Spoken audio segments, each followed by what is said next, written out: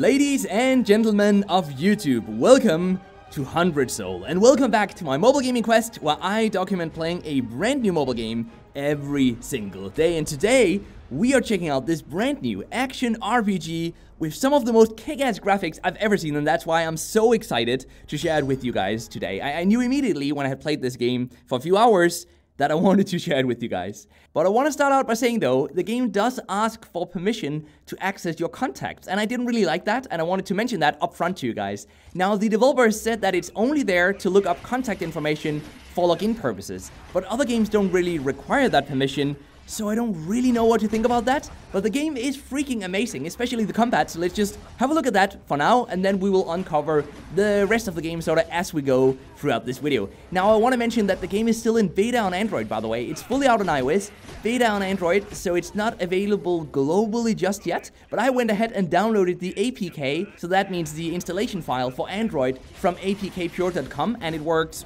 just fine for me. Just please promise me to stay safe if you go on and try to download APK files. It's very easy to get a virus. But for now, let's just talk about the combat. So we've got a joystick here on the left side, and then we've got we've got 5 different buttons on the right side. And the first one is a normal attack, like so. Let's just hit some of these bad boy skeletons here. Yes, look at how powerful this is. It feels so great. You can really feel the power and the strength beneath or behind each of these attacks here. It's just great. But then we've got a couple of skills as well, and this is where it gets really interesting. Look at this, guys. Let's use this one. Wait, we didn't hit him. Let's use the other one then. Let's use this one. Look at that. The skill animations look phenomenal in this game. Then we've got our fellow guy over here, which we can use to do some badass in-air attacks like so. Did you guys see that? Doesn't that look great? It looks like we have one more round of enemies to defeat here. So let's try running over here and see if we can actually find them. I love that timing matters so much in this game, by the way, because it really truly does, especially during boss combat, which we're gonna get into after this level. I believe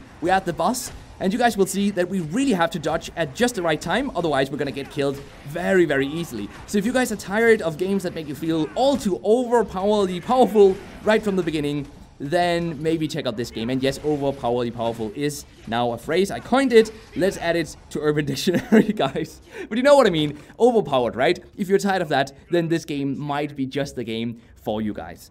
Now, if we go into one more level, which is probably going to be the boss level, you will see, and you might have already noticed, that we do have an autoplay. Well, it's not an autoplay, it's an easy play button. And that one does not automatically use skill attacks, but it will automatically move our character around, and it will automatically do normal attacks. Now, if you use that, though, during boss battles, you're going to die.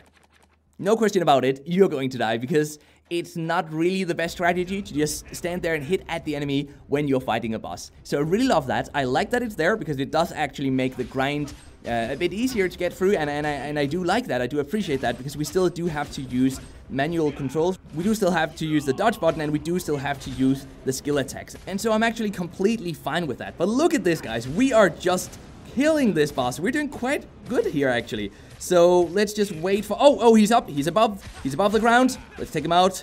Oh, no, he's down again. So we just gotta... Well, when he's underground, we just really have to run and wait for our fellow to be able to use his skill attack, like so, which is gonna throw him up in the air, and we can do a combo here with that. Look at that. Like, that just looks so great. I mean, you know, speaking is hard, guys. I'm just lacking the words here. It looks so freaking amazing. I'm just stunned at this. Well, and the enemy is stunned as well, it seems. No pun intended. But wow, there's a bad joke. Anyway, guys, we're gonna deal with this guy. We still have around 90% of our HP left, so we're actually doing quite okay. And the enemies, well, wait. No, we used that too quickly. I thought we could throw him up in the air and prevent him from going down underground. But it looks like we couldn't, so just have to wait for him to get up again. And he's down again already. This is going a bit too fast, and our fellow has to get some hits in. Otherwise, we're not ever gonna be able to kill this guy. We got him, so we got him stunned, or nearly stunned, I think. And he's gonna head underground again, but we can use this one and we can grab him in the air. Look at this. Oh, man.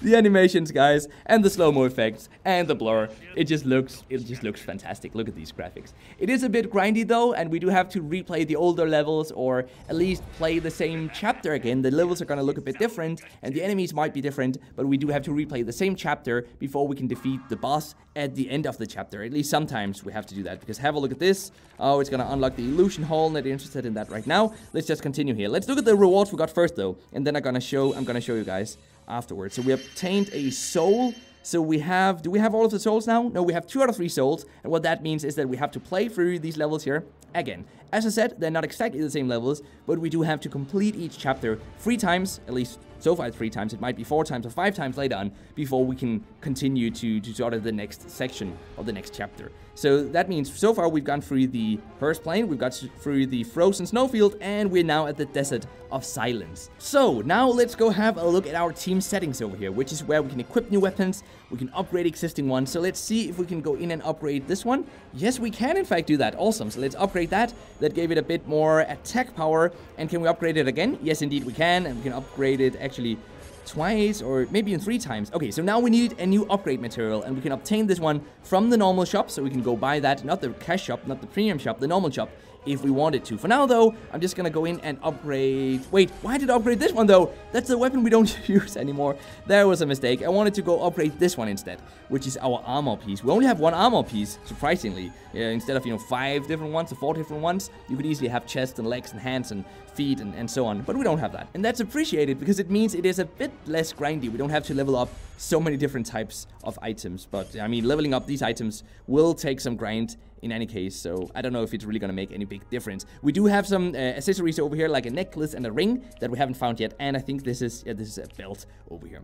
So let's go have a look at our fellows over here now, because we have 2 unlocked so far. This one is the one you guys saw in action before. He's really awesome, can throw enemies up into the air. Really digging this guy, and his armor looks just freaking amazing. Then we've got this elf character. I was about to say a night elf, but an elf over here with a bow. I used this one to begin with. Really great as well. We unlock these as we progress through the story, so you're gonna go through all of these, I'm pretty sure. Look at this one over here, Medusa. So awesome, right? The stone gaze. Look at those snakes. I can't wait to unlock that one and try to see what sort of new skills we're gonna get with that fellow. So that's a pretty awesome system. We can't control our fellow, but we can use our fellow's special attack, as you saw in the level just before. So apart from that, we of course have, missions, we have different types of lock-in events and stuff like that. The usual stuff you see in both, I would say both in gacha RPGs. This is not a gacha game, but you see that both in gacha RPGs and in normal RPG games. And we can get all of these rewards. It's gonna incentivize us to go back into the game.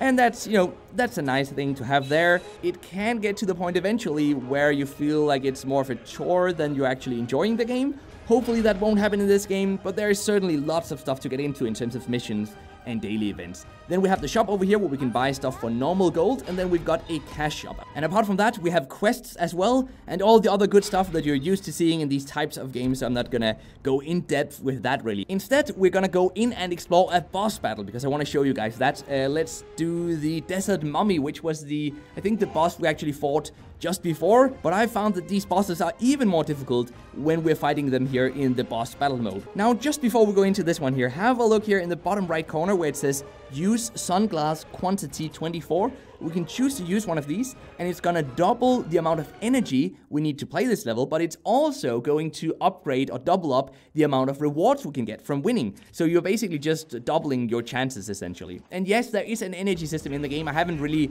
found it to limit me so far. I hope it won't later on as well, but that is one of the ways the game monetizes. Another way it monetizes is from just selling premium currency, and you can use that to buy cosmetics or to get Nova Stones, and Nova Stones are going to improve our damage or improve some stats. So yes, that does add a pay to progress faster aspect to the game, and if we get into PvP later on, then yes, that's, a pay to win aspect of the game. Do I like that? No, I never like that. But do I think it's going to be a big issue in this game? No, I actually don't, because the monetization so far has felt very relaxed in comparison to most other of these types of games, and I'm just really happy to see that. And I hope that won't change when the game eventually globally releases on Google Play as well. It might, but we'll just have to see. We'll just have to wait and see. I hope not. For now though, we can just enjoy the game for what it is. It's a really great action RPG game with some kick-ass graphics and just animations that are far superior to most other games out there, honestly. Now, a fun fact that actually surprised me here was that this game has been made in the Unity 3D game engine.